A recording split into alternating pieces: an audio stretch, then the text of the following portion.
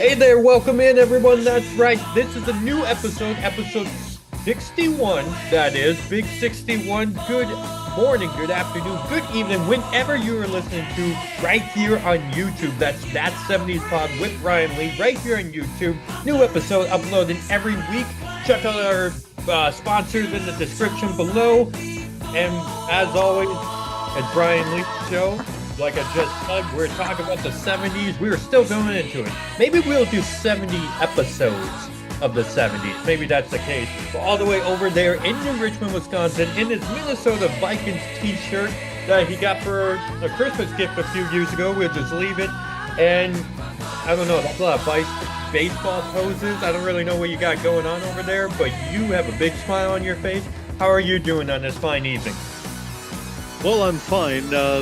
We are, like you said, we are on episode 61, and 61 reminds me of 1961 when the New York Yankees' Roger Maris hit 61 home runs to pass the all-time record of Babe Ruth, who hit 60 home runs back in the 20s or 30s, something like that. So, talking baseball today, baseball reminds me of July and the All-Star game. It just popped into my head. I was going to talk about something else today, but we're at the All-Star break, Andrew. Today is officially the break in Major League Baseball. The All-Star game is Tuesday in Colorado at Coors Field, a stadium that I would like to visit one day. Maybe you and I can go to that stadium someday, Andrew, and see a baseball game with the Colorado Rockies, who currently are the worst team in baseball. But this year, anyway, they're hosting the All-Star game. And in the 70s, Andrew, I loved the All-Star game. I never missed one. I always had to sit and watch it with my brother or my dad. I love the All-Star game, and today on that 70s pod, we're going to talk about the All-Star games that I remember that I watched in the 70s. So that means we are 2 for 2 on doing baseball episodes that I knew about. So like the first one that we talked about was Minnesota Twins back in the day. I believe that was episode 8. Off the top of my head, I believe so. When you talked about watching Minnesota Twins, collecting baseball cards, going to the games themselves at the old Met Stadium. And then the second baseball episode we did not know. We were supposed to do, I definitely didn't know, we were supposed to do Evel Knievel. And then we were talking about, I think it was October, yeah, because there's the Dodgers and the Yankees going to playoffs, or to the World Series, the finals. And we started just rambling about the World Series. And we went into this whole impromptu episode of every World Series that you just knew off the top of your head. I was trying to research as we were recording. That was such a fun episode because I had no idea where we were going with it. Well, I thought I had an idea. And then we went through a curveball, as to say. Our third episode, that was planned. We were talking about playing organized baseball, t-ball, softball, etc. And so I was able to kind of have a timeline of what we were doing. But now, you know what? You just said it. It's 61 episodes that we are having a bag now. And we always discuss baseball growing up because I like playing it.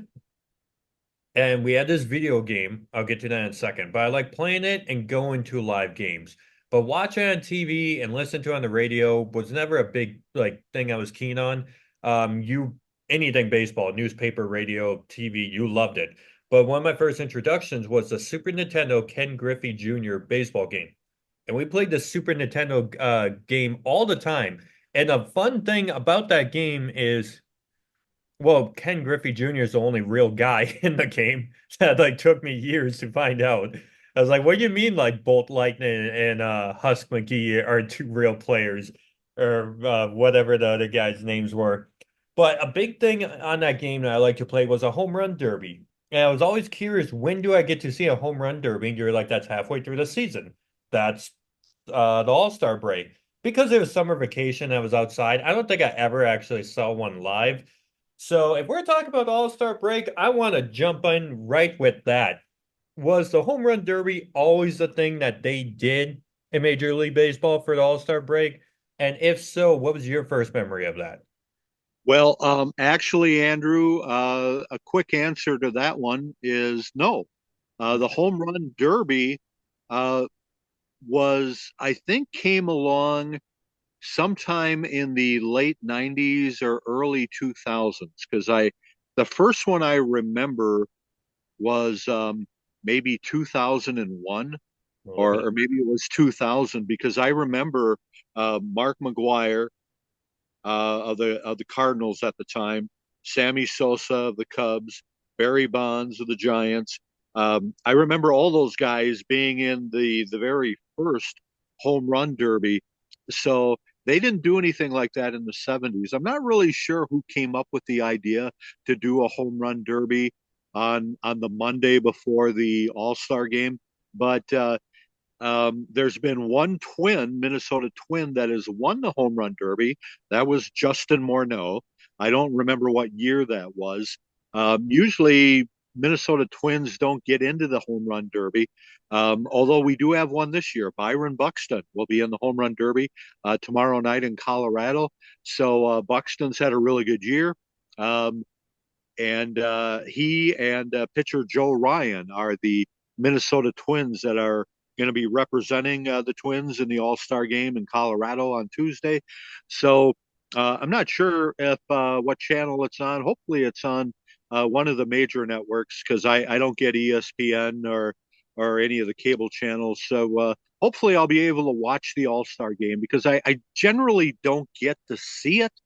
But back in the 70s, I never missed it. So the home run derby actually started in 1985, which Oh, uh, okay.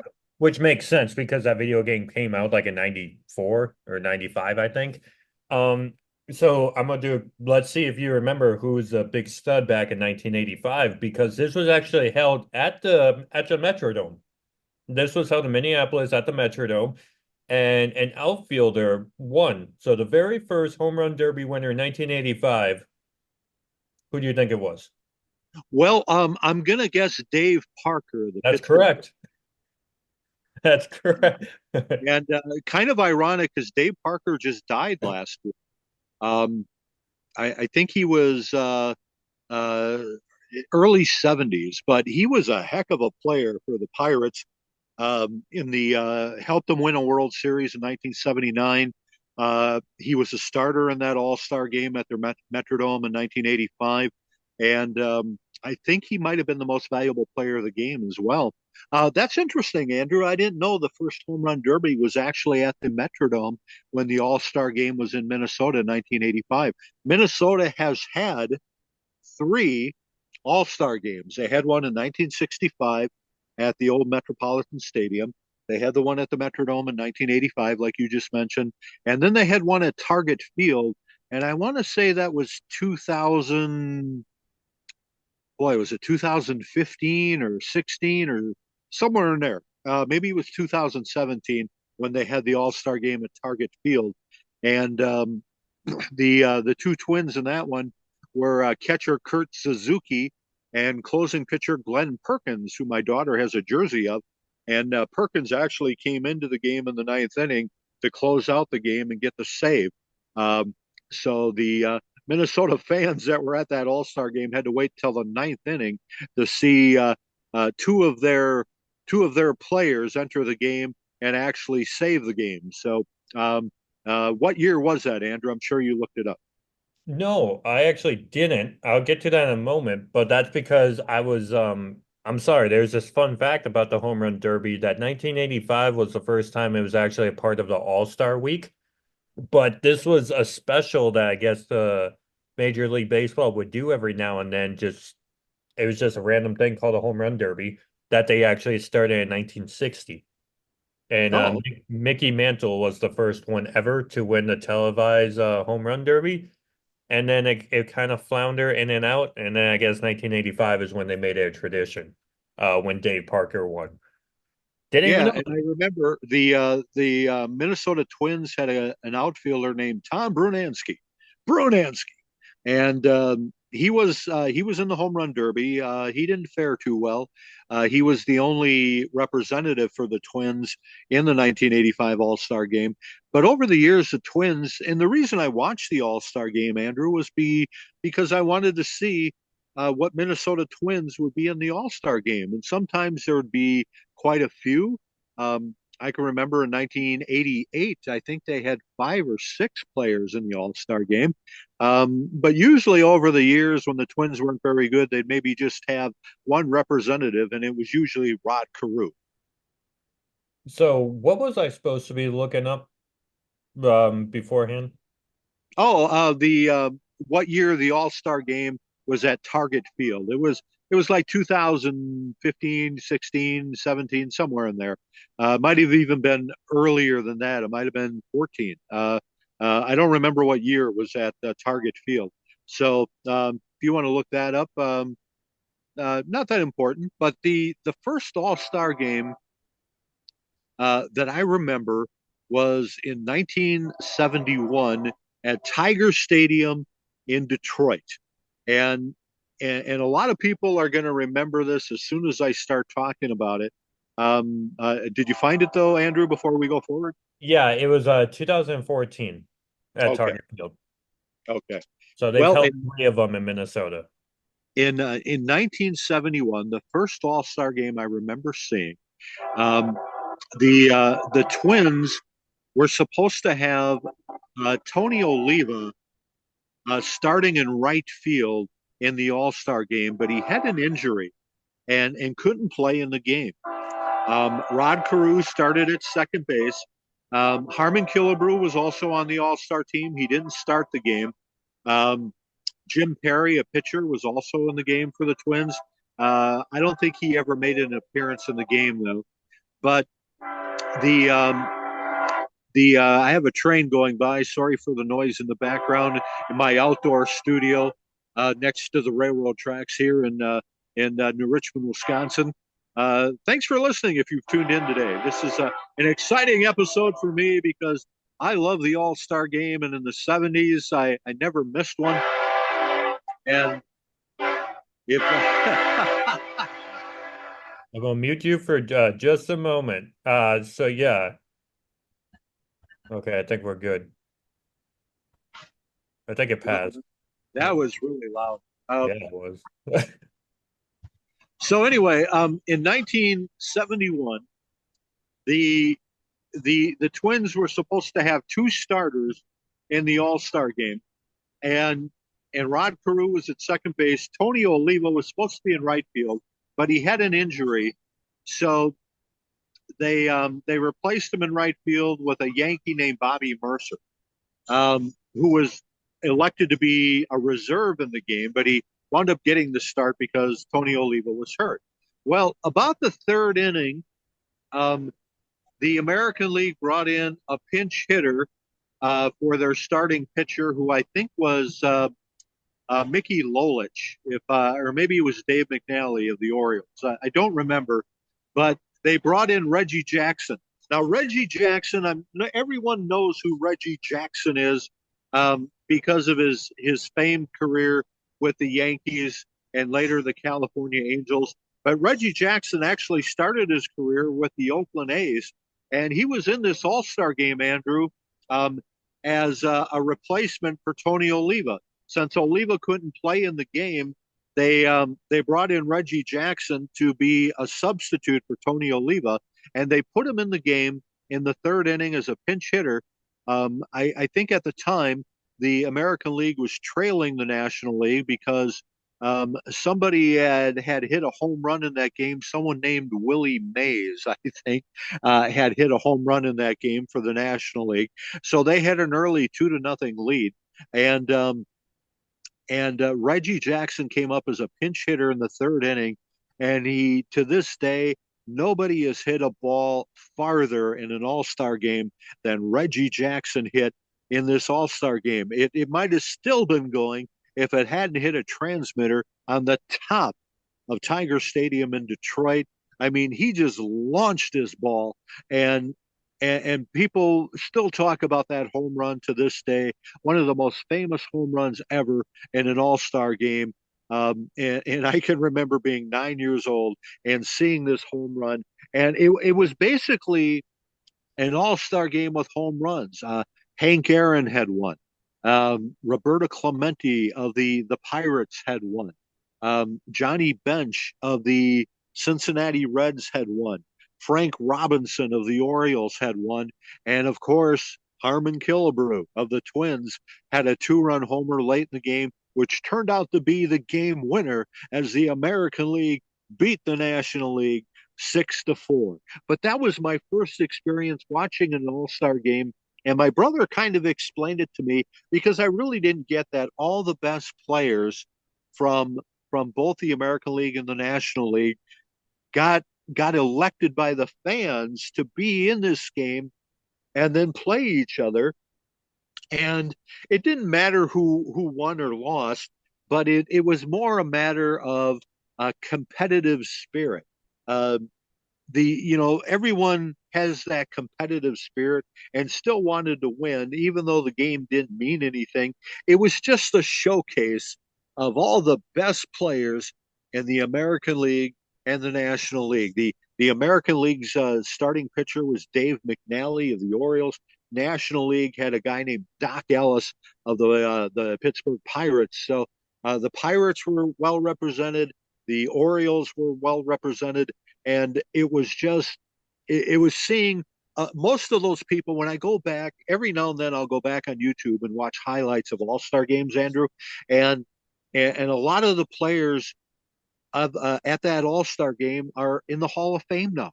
So when you think back as a 9-year-old kid, you're watching Hank Aaron, Willie Mays, Roberto Clemente, Willie Stargell, Harmon Killebrew, Frank Robinson, Ron Carew, Johnny Bench. All these guys now are in Major League Baseball's Hall of Fame. So it was fitting that all those guys were in the All-Star game in 1971 because eventually they're all in the Hall of Fame now.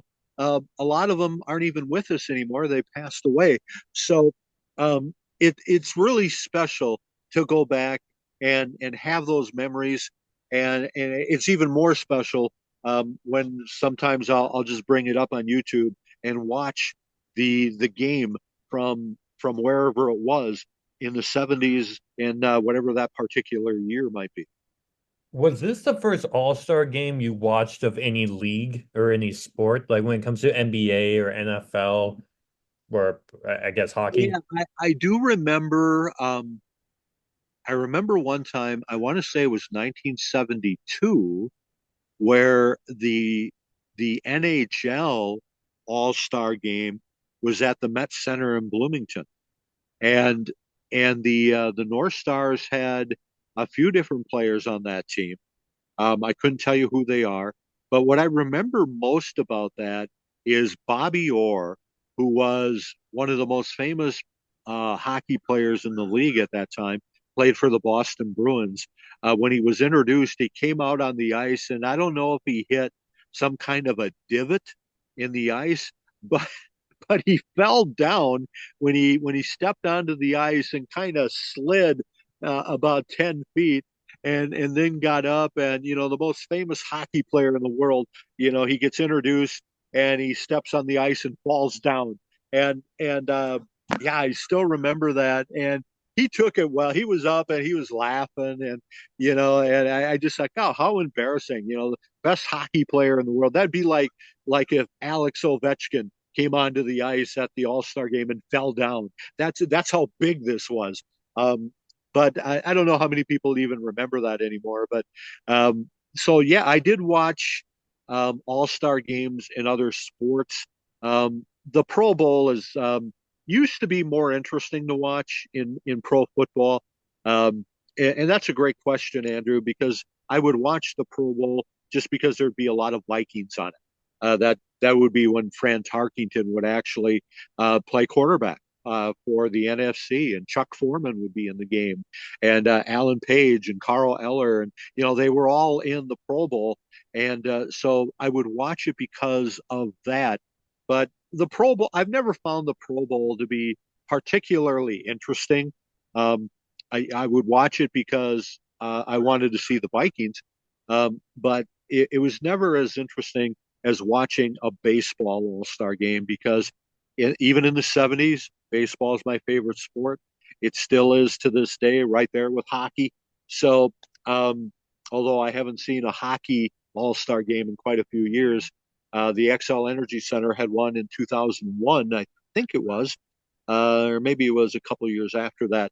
Um, but usually, yeah, baseball. I don't even get to see too much all-star games in baseball anymore. But if I find it on the channels when I'm surfing channels, I'll still watch it because I love baseball.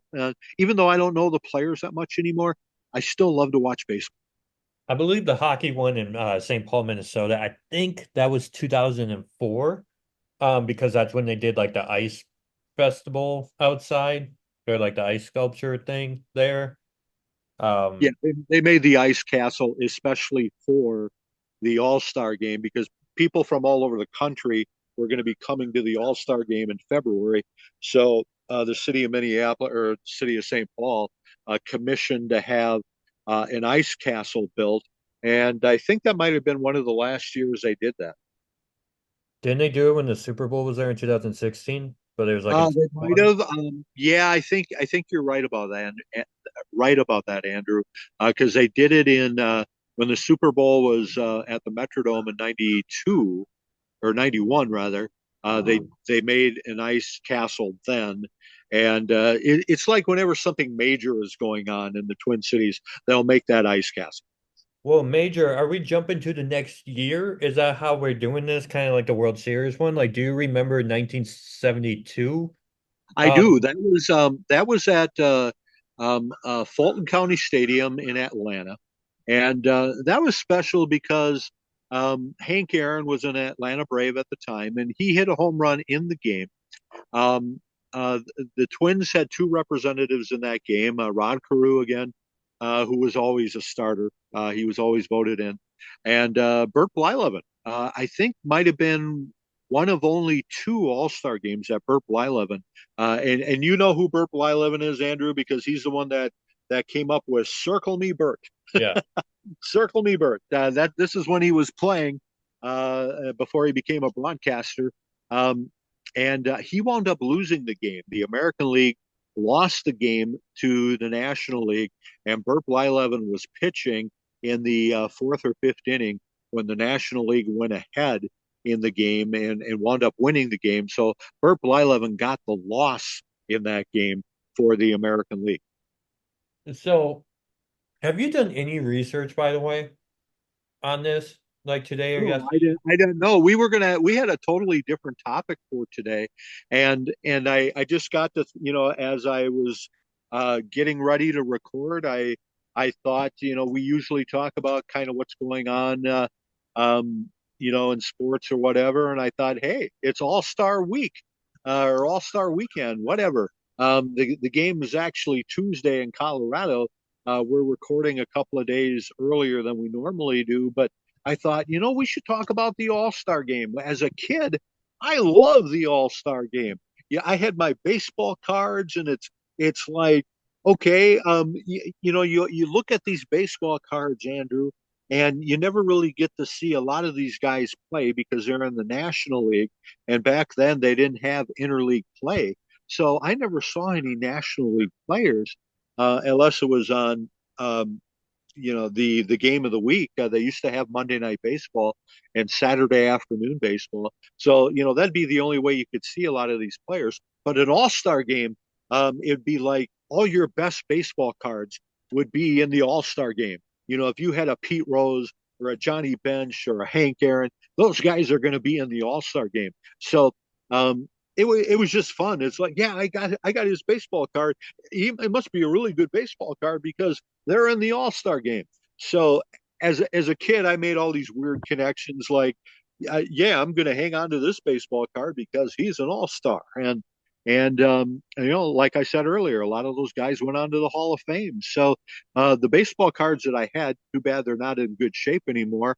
They're all crinkled and kind of beat up. But if I would have known then that baseball cards would be worth money, 40 years down the road, I certainly would have taken better care of them. 1963.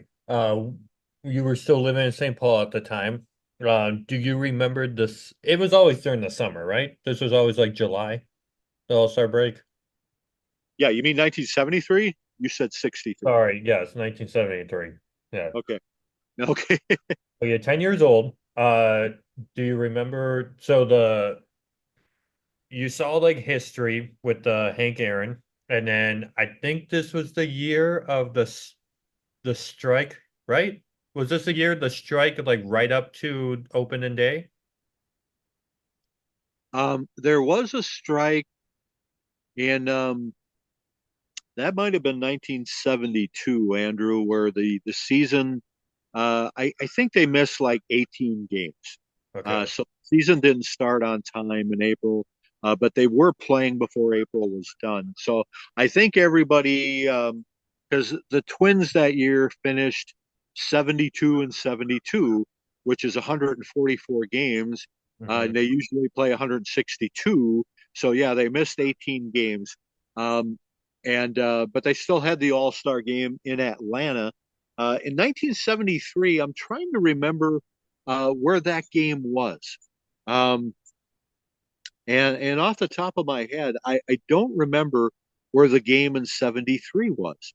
I know 74 was in Pittsburgh, and 75 was at County Stadium in Milwaukee. And I'm going to jump ahead to that one because this game was just a lot of fun. Rod Carew uh, wound up winning the uh, the award, I guess, every year who the player that got the most votes from the fans would win an award. And this was the year where Rod Carew got more votes than any other major league player, American League or National League. So he won an award for getting the most votes, which I just thought was really cool. I was so proud to be a Twins fan and be a Rod Carew fan because he had the most votes. I think the National League actually won this game in 1975. Again, it was the Brewers were an American League team at that time, so they hosted the All Star game in Milwaukee. And I specifically remember in this game where Johnny Bench struck out to Jim Cott. Now, Jim Cott used to be a Twin for years and years and years, and they didn't think he had anything left in the tank. So they let him go to the Chicago White Sox. And lo and behold, Jim Cott is in the All Star game as a Chicago White Sox. And and he threw this blooper pitch to Johnny Bench. And Johnny Bench stood back in the batter's box and started laughing. And, because it was called a strike. And and then Jim Cott threw it again, and that time Johnny Bench swung and missed and struck out, and it was so fun to watch. And there's just all kinds of memories um, from different All Star games. Like I said, 71, I remember all those home runs. 72, I remember Blyleven being the loser in that game, and I can remember Rod Carew in the 78 All Star game. It was in San Diego, and Rod Carew led off the game with a triple. And then his next time up, he hit another triple. And it was just so cool. I mean, again, Rod Carew, my guy for the Twins, has two triples off. Both of them were off Vida Blue, pitcher for the San Francisco Giants, and and the American League still wound up losing the game. And Rod Carew probably would have been the most valuable player, but the National League wound up winning that game, and I think Steve Garvey of the Dodgers wound up getting most valuable player. So yeah, just lots of fun memories, and it's always fun to watch those pitching matchups too, where the best pitchers in the American League face the best hitters in the National League, and vice versa. So yeah, All Star games were just fun to watch, and still are if you're still in the. Even though there's interleague play now, so there's not as much mystery involved anymore. Because back in the '70s and into the '80s, the only way American League teams played National League teams were in the World Series. So they didn't have any interleague play in the 70s. So that's why the All Star game was so special. Before I jump into 1973, the information I found on that, that story you were telling, explain to our listeners what you mean by a blooper pitch. Well, a blooper pitch is kind of I guess you would call it a slow ball. It's kind of like it's not straight like a fastball would be. It's kind of like it almost looks like you're throwing a softball, but you're throwing it overhand. It's just some people call it an ephus pitch. And don't ask me how to spell ephus because I don't know. I know it's got a ph in there somewhere, but it might be EPHUES. I don't know. But anyway, yeah, a blooper pitch is just kind of like an overhand softball toss, and and most people aren't going to try to hit it because you're just not going to hit it square, and you're going to wind up either striking out or popping it up or something. So Johnny Bench, who was the All-Star catcher from Cincinnati, he saw this ephus pitch, this blooper pitch, and he let the first one go, and they called it a strike, and he stood out of the batter's box and just kind of laughed. And then Jim Cott threw another one, and and Bench swung and missed at that one. So yeah, it was just funny. All Star games have some great moments. Later in the it was either in the late '90s, early 2000s, when Barry Bonds hit what looked like a home run, and Torrey Hunter of the Minnesota Twins jumped high in the air. This was also in Milwaukee, and at what's their field? Miller Park, and the ball was out of the park, but Torrey Hunter jumped high in the air and took the home run away from Barry Bonds, and the crowd went absolutely nuts. And this is still considered one of the best plays, one of the best catches in an All Star game. Torrey Hunter taking a home run, a sure home run away from Barry Bonds, and as Torrey Hunter was running, that was the third out. As he was running off the field, Barry Bonds was standing at second base and picked up Torrey Hunter and gave him this big bear hug and spun him around. And both players are laughing, and that's what the All Star game is all about. It's just a lot of fun, and the players like getting together, and most of them get along, and they have that competitive nature, but it's still a lot of fun for the players, and it's fun for the fans to watch the players having fun.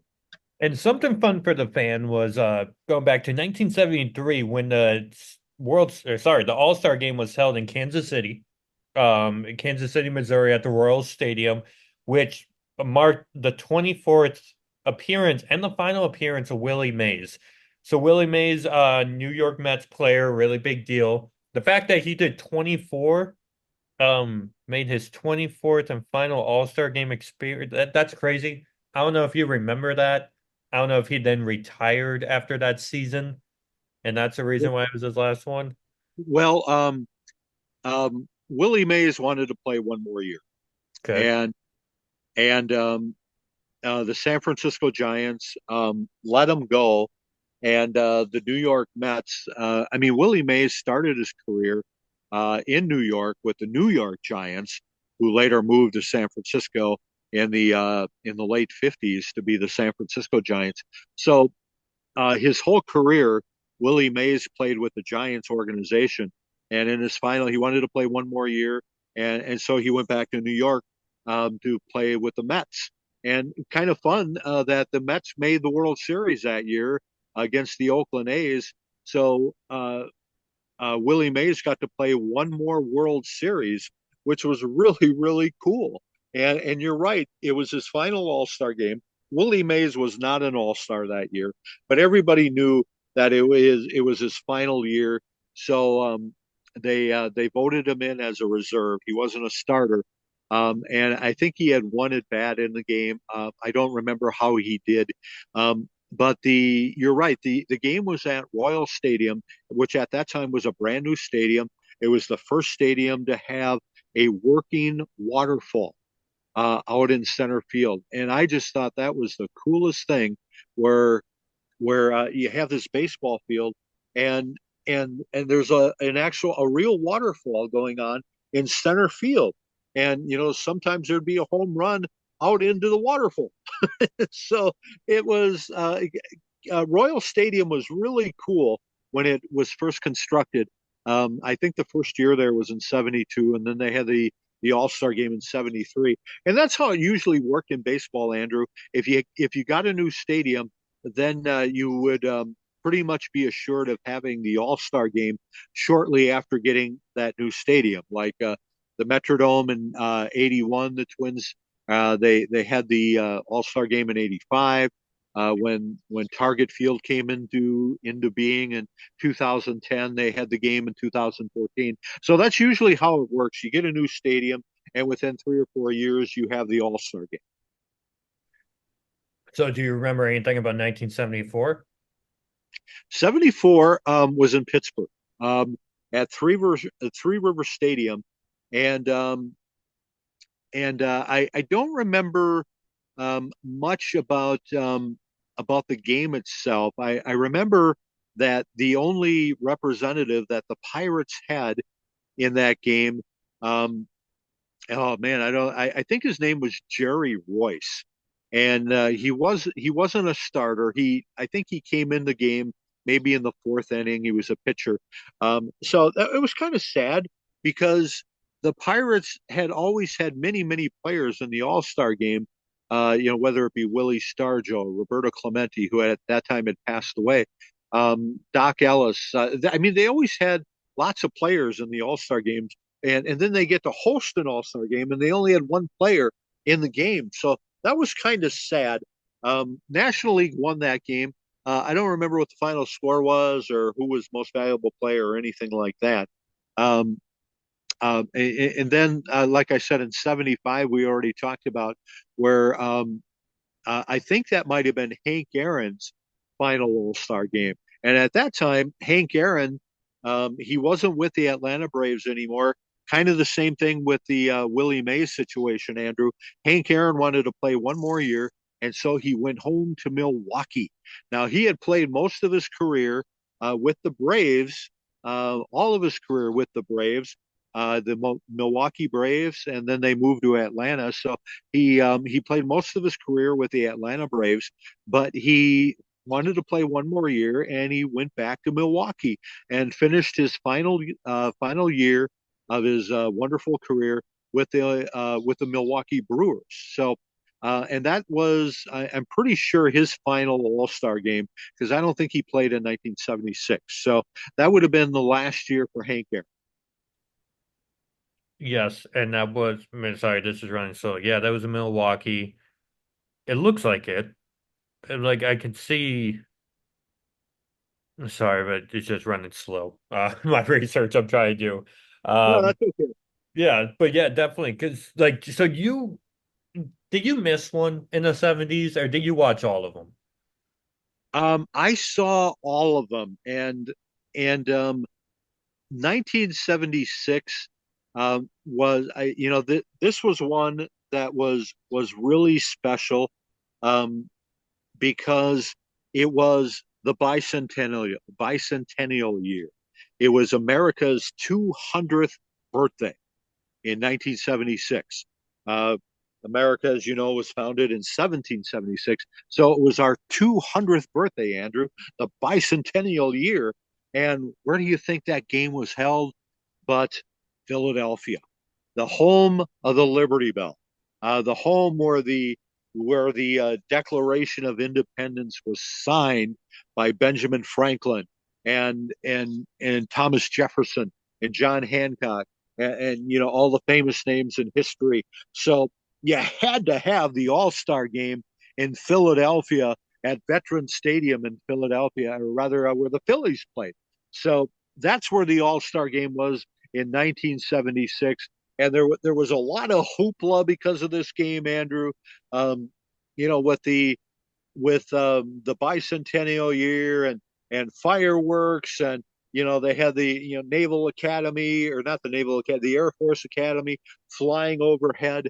before the game, during the either right before or right after the national anthem. So it was fun. The National League won the game. That's really all I remember. It was more the hoopla of the game because it was the bicentennial year, and that's when the game had to be in Philadelphia because it just made all the sense in the world that you have America's 200th birthday in Philadelphia in the All Star game. Kind of the same concept as the first Rocky movie. That had to be, if you've ever wondered about that, Andrew, why was the fight? Why did Apollo Creed want the fight on January 1st in Philadelphia? That's because of the Declaration of Independence when it was signed declaring the United States the origination of the United States of America. It was signed in Philadelphia. That's why Rocky One was in Philadelphia. Well, most of the fights were in Philadelphia, except in the later years. But so the All Star game had to be in Philadelphia, and it I think maybe the NHL All Star game was in Philadelphia that year too. Not sure on that, but I think it might have been, or at least the NBA game was. So Philadelphia was kind of the center place for things that were happening in 1976, and Major League Baseball's All Star game was no exception. Before we jump to 1977's All-Star game, was this something that you guys would watch as a family, or was it always just you like in the basement watching these?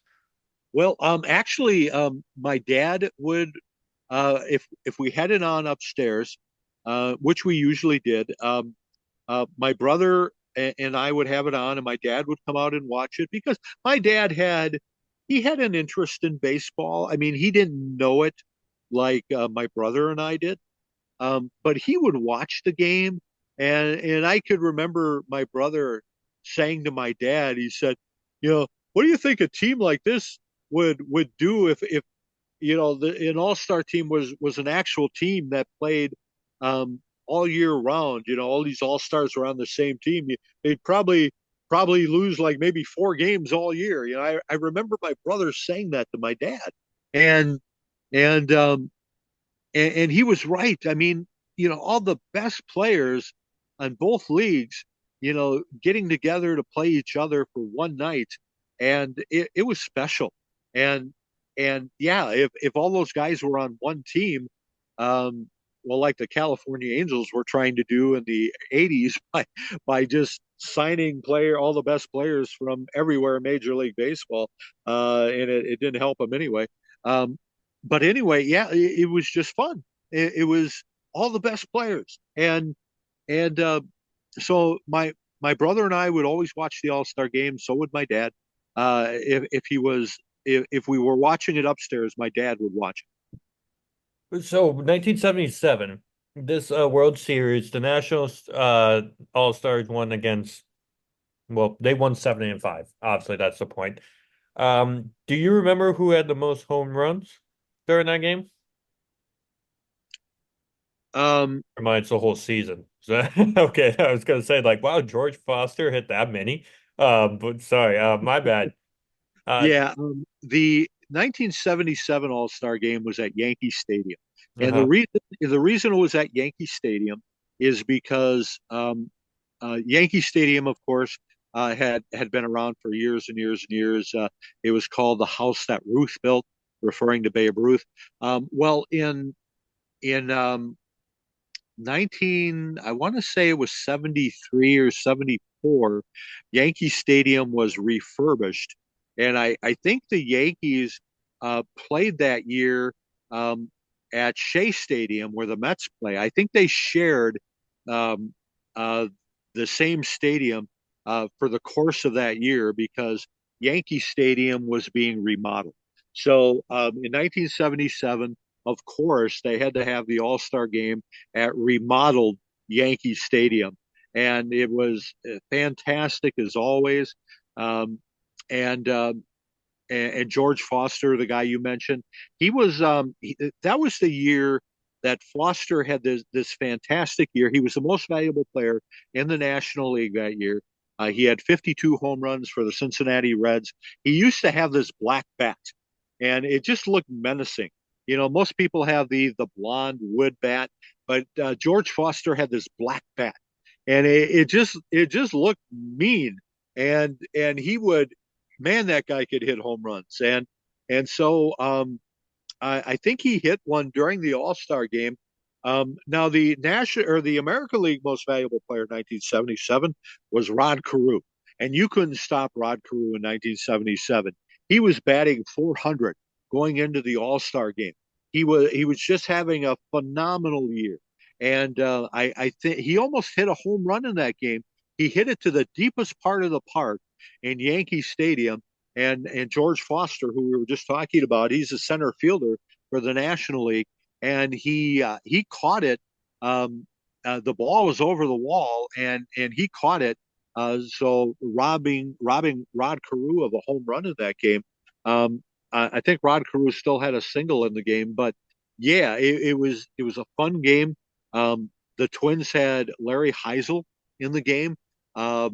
They had their catcher Butch Weiniger was in the game, who had a base hit, and I think he drove in a run. But Larry Heisel, I think that was his one and only appearance in an All Star game, and he was just having a monster year for the Twins. At the All Star break, he had like 24 home runs, 70 RBIs. He was hitting over 300, and if it wasn't for even a bigger year that Rod Carew was having, Larry Heisel probably had a good shot at being the most valuable player in the league. So yeah, again, another fun All-Star game in 1977 at Yankee Stadium. 1978, you already touched on San Diego Stadium. That was this website I'm looking at, it's like they're talking about how long the game is, if it's at night, and then if it like it always says played on grass. But in the 70s, did every stadium was just grass at that point, right? No, actually not. There were some stadiums that had artificial turf, Okay. and this was sort of a trend at the time, where I guess to try to help the groundskeepers not have to always fix the grass in baseball, or especially, a lot of football teams were using the same stadium as the baseball team was, and the football teams would chew up the field. So when you had artificial turf, you really didn't have to worry about that. If the Steelers had like a preseason game, um, the night before the Pirates were going to play, you didn't have to worry about the field being all torn up. Um, Now, Andrew, you probably remember this, when you and I in 2009 went to that special one game playoff between the Twins and the Tigers, to decide who wins the division and goes to the playoffs. The night before that game, the Vikings had played the Packers, and they still had, you could still see the lines of the football field on the baseball field. But since the Metrodome had an artificial turf, the field itself wasn't tore up or anything, but you could still see the lines of the football field going right across the outfield in the baseball configuration. So those were some of the things that were done on purpose, because when you have a football team sharing the same stadium as a baseball team, you don't want to have to worry about grass being torn up and stuff like that. So a lot of teams or a lot of stadiums were going with artificial turf in the 70s. Do you like that when like you can kind of see the cross between the two? Because like I can't stand it. Like if I'm watching an NFL game and you can see the baseball, like you can see the dirt. I haven't seen it in a while, but I remember for a good amount of years, like there was always some NFL game and you could see the dirt from a baseball field, like just kind of covering half of it. Drove me nuts. But I don't know why it bothered me. And it still kind of does. But is that something like, do you find that fascinating? Is it cool? Or do you just think like the scheduling has to be figured out? Like, Well, nowadays, Andrew, there's very few NFL and Major League Baseball teams that share a stadium anymore. Pretty much everybody has their own stadium. The Twins and Vikings don't share the same stadium anymore. Neither do the Brewers and the Packers. I mean, the Packers have always had Lambeau Field, but they would, when the Brewers used to play at County Stadium in Milwaukee, the Packers would play a couple of games a year there just to keep their Milwaukee fan base happy. right. But yeah, you don't have to do that anymore. Philadelphia, I mean, the Eagles and the Phillies both have their own stadiums. Same with the Pirates and the Steelers. Down in Houston, the Texans have their own stadium. The Astros have their own stadium. It's pretty much that's the rule now, where the where football teams and baseball teams don't share the same stadium anymore. I might be forgetting somebody, um, but I don't think so. Um, in New York, I know the Jets and Giants don't play where the Mets and the Yankees play. Um, uh, yeah, down in Atlanta, the Falcons have a dome where the Braves play outside. So um, yeah, it's pretty much, unless I'm forgetting somebody. Um, of course, in Denver, the Rockies have their own stadium, and the Broncos have Mile High Stadium, which is separate. So I don't think, unless I'm forgetting somebody, Andrew. I don't think uh, baseball and football share the same stadium anywhere anymore. There is not. Nope. So I'm looking it up. There is no NFL or MLB stadiums that share or teams that share the same stadium. The last one was in 2020 when this NFL team moved to a different city. Do you remember what was the last shared stadium in 2019? Well, the last team to move, I think, were the Raiders. Uh, so they were probably still sharing the stadium with the Oakland A's then.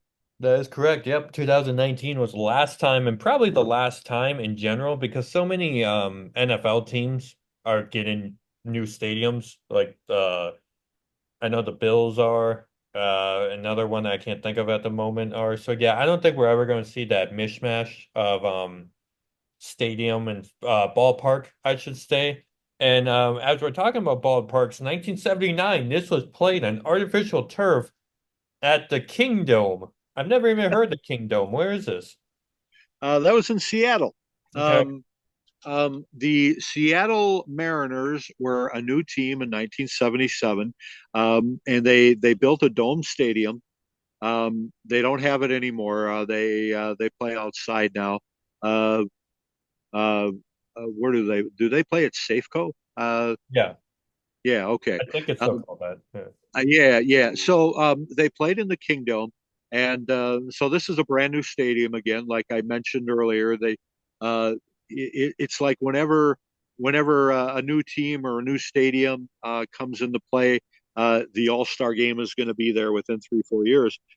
So I don't remember much about that game, except that the National League won. The National League won every All Star game in the 70s except 1971, the very first one I watched. And the American League didn't win another All Star game until 1983. So the National League had won like 11 or 12 years in a row.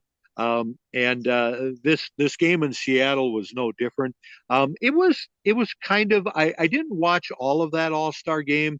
I remember Seattle had a player named Dave Kingman, who was their only representative in the game.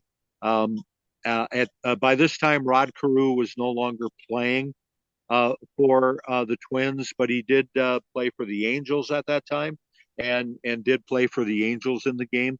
Um, I think maybe the Twins representative might have been Ken Landrum. Um, either that or Roy Smalley, one of the two. So, but yeah, the that All Star game was actually kind of boring. I think it was a low scoring game, like 2-1 or 1-0, maybe. So, 7 and um, 6. okay, all right, my bad. I might be thinking of a different game, but anyway, so that was the one I don't really remember that much of. Um, but watching those early ones, when I was first collecting baseball cards, and those wonderful games in the early '70s, um, I can remember 1971, going back to that one again. Watching that game, and then the very next day, my brother Bruce, who would have been 14 at the time, was pitching that day uh, for this little league baseball team that he was a part of, and and and I can remember talking to his coach, and and we were talking about the All Star game. He said, "Yeah, it's about time the American League won one," and and he just said, "Yeah, it was a fun game to watch." And he said, National League is really good, and it was really good to see the American League win a game. I don't even remember this guy's name. He was just a coach um, for my brother. Um, I think it was my brother, but maybe it was some other little league game I was watching. But anyway, I can still remember how big a deal that was in 1971 that the American League won that game, because the National League just kind of had dominance at that point. And like I said, that was the only American League win of an All-Star game in the '70s, as the National League won like 11, 12 in a row, and the American League didn't win another one until 1983 at Comiskey Park in Chicago. So were you just watching these to enjoy them, or were you like rooting for like a certain team to win? Well, I always, of course, wanted to see my Minnesota Twins in the All Star game. And for a lot of years, Rod Carew was the only representative. So in 1977, when the Twins actually had three representatives, and Larry Heisel and Rod Carew and Butch Weiniger, that was exciting. It was really exciting. Matter of fact, even going back a year earlier, uh, Rod Carew again, 1976.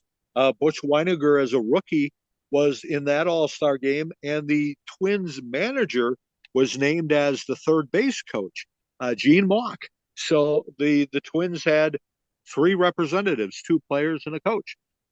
So it was always fun.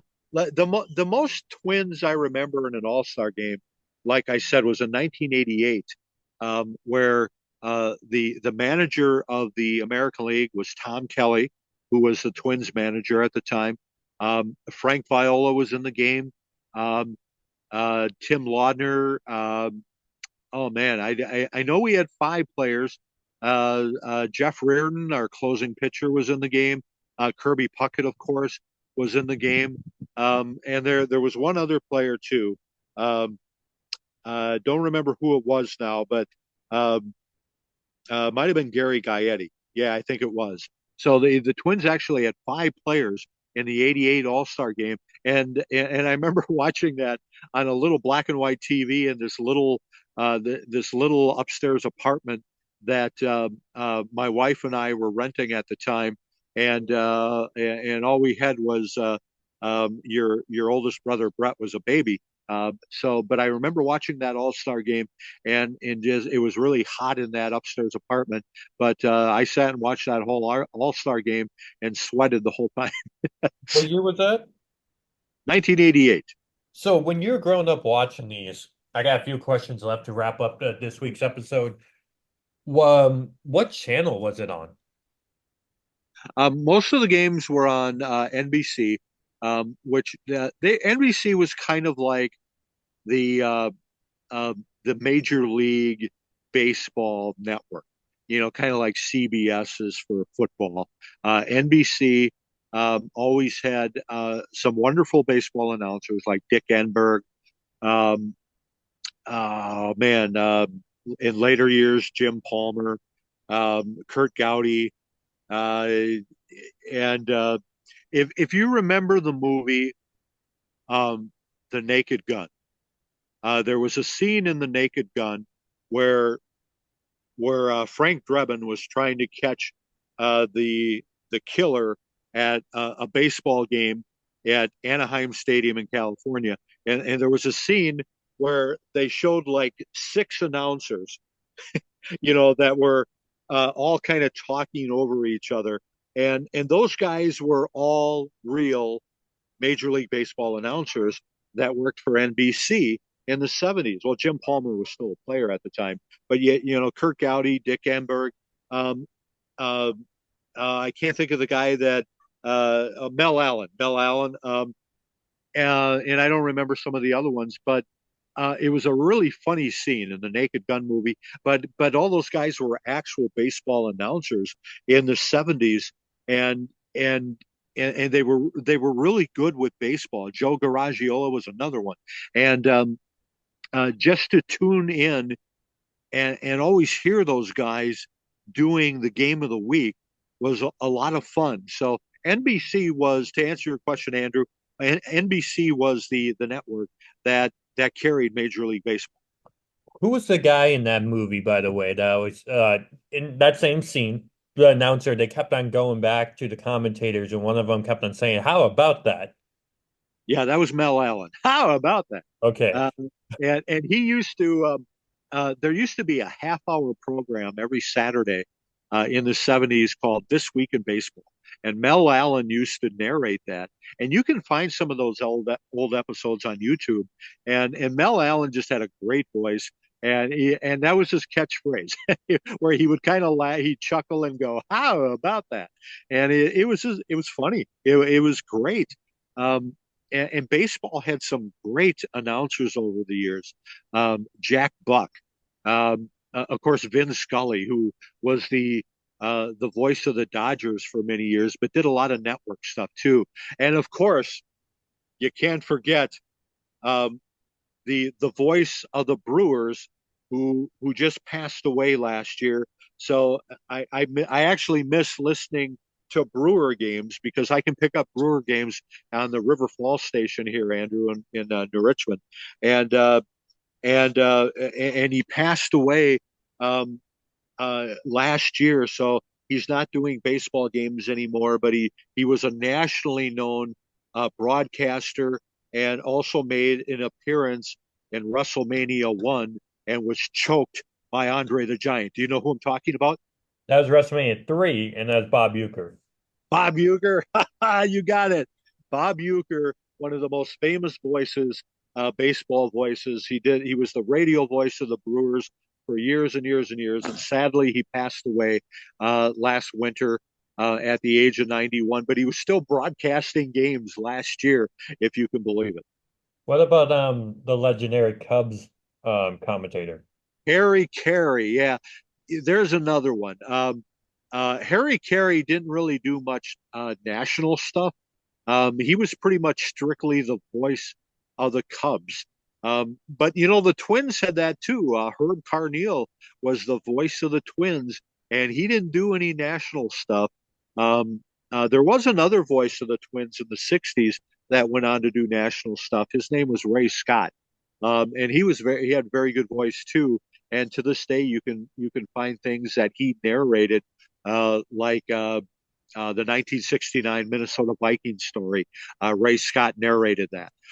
So there's a lot of famous baseball voices that you might not know their names, but if you hear their voice, you know immediately who I'm talking about. If I say the voice of the Cardinals, I'm talking about Jack Buck.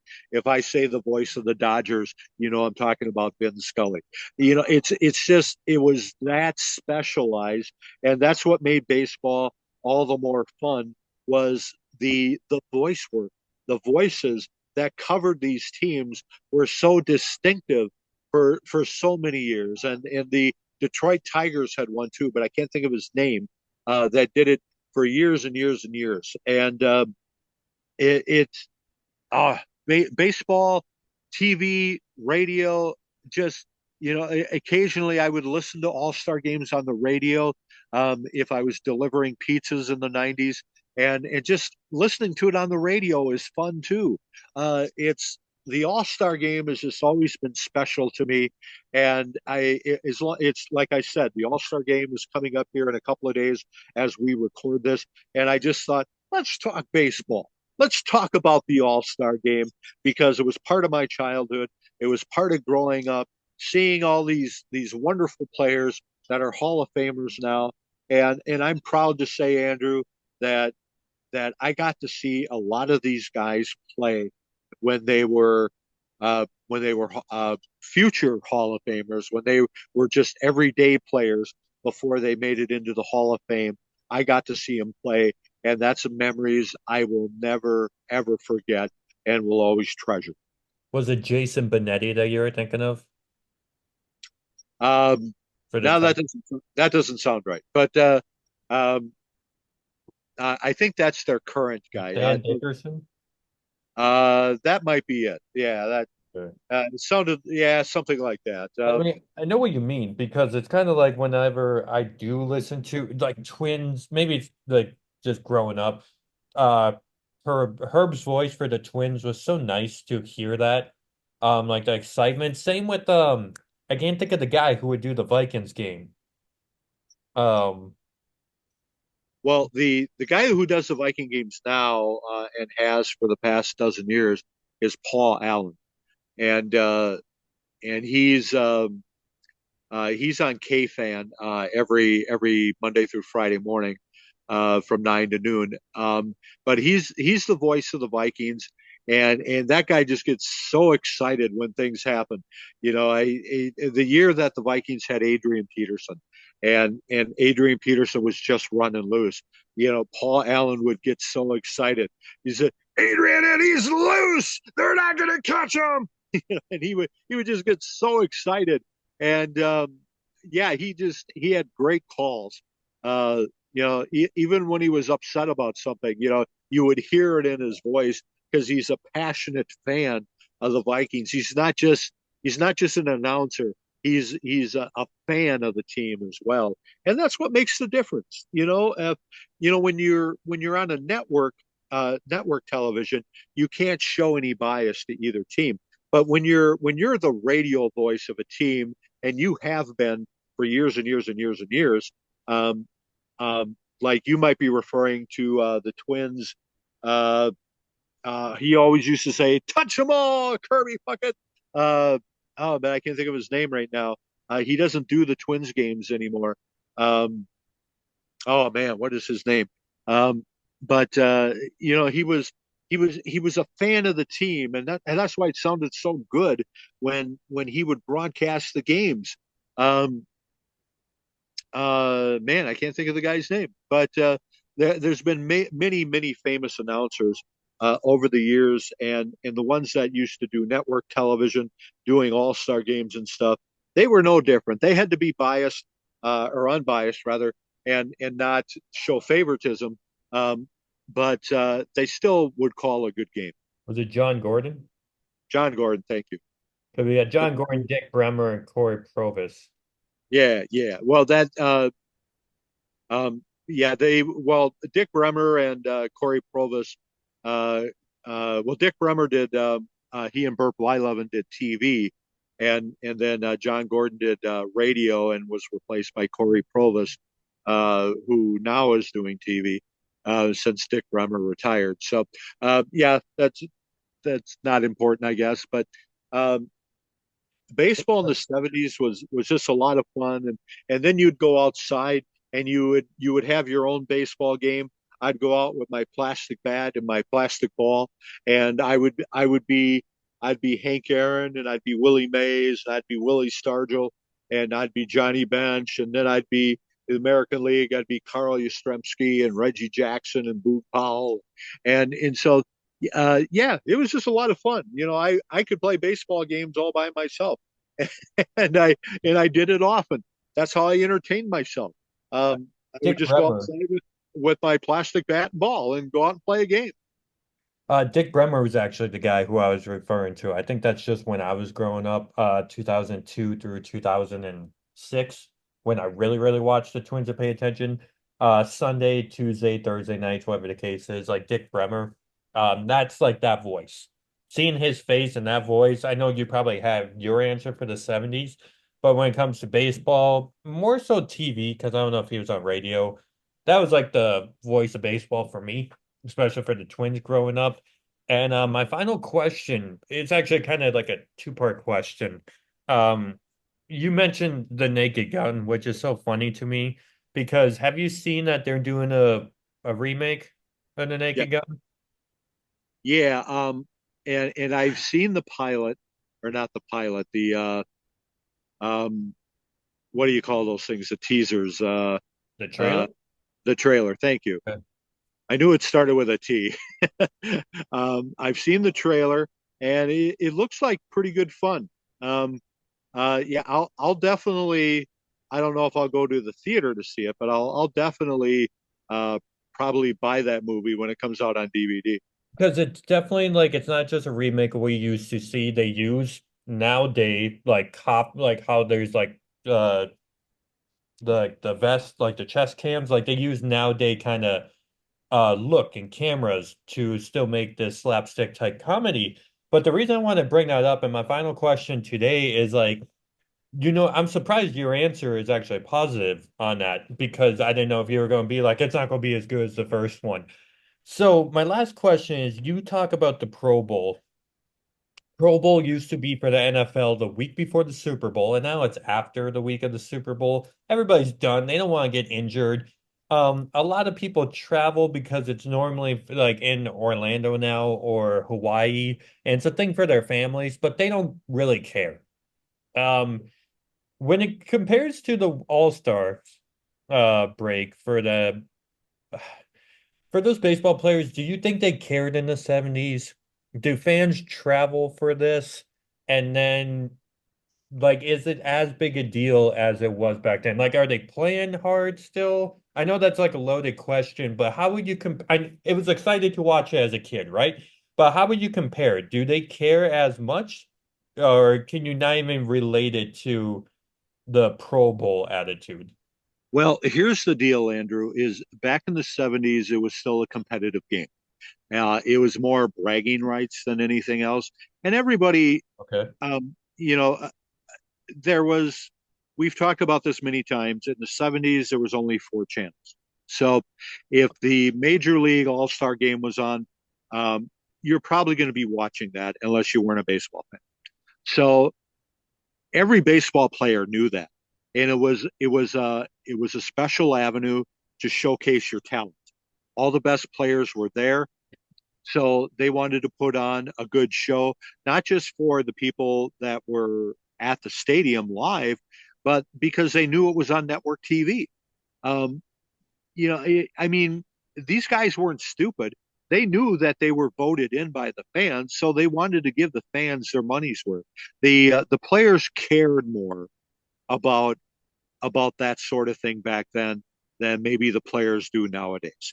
The players nowadays are maybe more concerned about what kind of money they can get, or what kind of shoe deal they can get.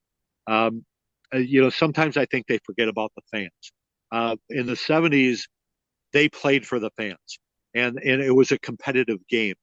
Matter of fact, in 1970, um, at a game in Cincinnati, uh, there was a catcher named Ray Fosse for the Cleveland Indians.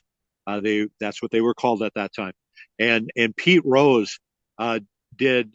There was a play at the plate, and Pete Rose came charging into this catcher named Ray Fosse, and knocked him right off his feet and scored the run. I think it was the winning run, and he hit Ray Fosse so hard, Andrew, that I think Ray Fosse missed the rest of the year.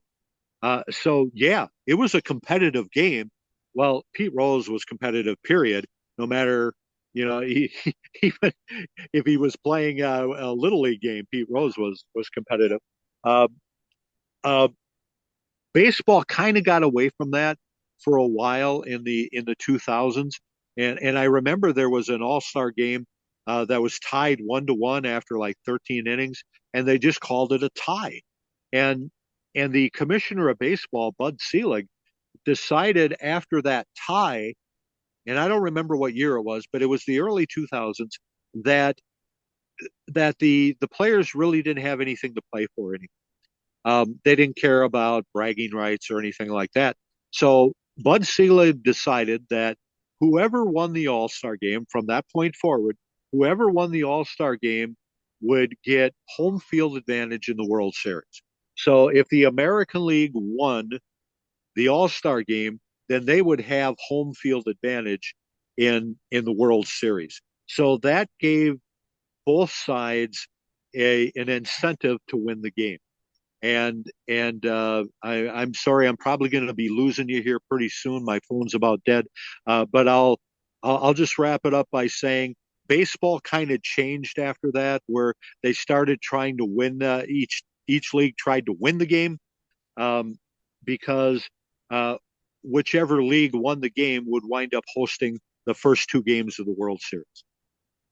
And then my last question, thank you for your time. Thank you for listening, everybody. Was there like an MVP that was voted for the All-Star game that you were really rooting for that like pops in your mind? Yeah, they named a most valuable player every single All Star game, and the only one the Twins have ever had was in 1993, and Kirby Puckett won it when he hit a two-run homer to win the game, and that game was in Baltimore. So yeah, they always had a most valuable player at each All Star game. Well, I thank you for your time, Brian, and thank you guys for listening. Look at this, another impromptu episode recorded. Thank you for fitting into your schedule to record with me tonight. All-Star break, All-Star game is this week. You guys can watch it. I just lost the channel, but you can look it up where you can find it. Watch a home run derby. Look at the this is not a sponsor, but I gotta show these to you. Have you seen these Shaquille O'Neal Shaq gummies? No, Like they're like gummies, but they're like the shape of his head. So this is what I was munching on. I'm just so hungry right now. This is not one of our sponsors. One of our sponsors is KingLineNutrition.com. You can use the promo code Lockhart. That's LOCKHART for 15% off your order. Subscribe and listen to the past episodes of That 70s Pod right here on YouTube with myself and Bryan Lee. I'm signing off. I know you're excited about baseball. You always are. It's 4th of July hit around the corner. You probably got the state fair that you have excitement for. But if there's anything else that you want to take home for this week's episode, please share. And you have a good night. Thank you for listening, everyone. well, thanks for listening, everyone. I just quickly, I have 1% left on my phone, so have a good week. And next week we'll be back, and we'll probably be talking about having grandparents and how special they were to you in the 70s. Until then,